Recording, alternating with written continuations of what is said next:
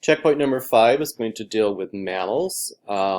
With this checkpoint, again, you'll have a checklist. There's three different components to this checkpoint. Of course, it will be first the video that you'll complete the worksheet on, and then making sure that you have the worksheet photographed when you're finished and placed underneath this section here. The second component is again a diagram that you'll color, making sure your name's on the diagram, and then you'll photograph it and place the colored diagram here in this table cell as you've been doing.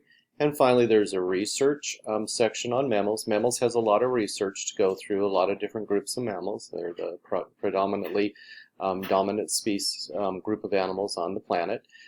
So again, similar to the last format, you'll simply pick a picture and a name, and then you'll give me 5 facts for each of these groups here. Remember, there's 2 tables, so as you start putting stuff into one table, it tends to push the other one out of view, so make sure you're watching for both of them. And then, of course, when finished and marked off on your checklist, you can submit this for review in Summit.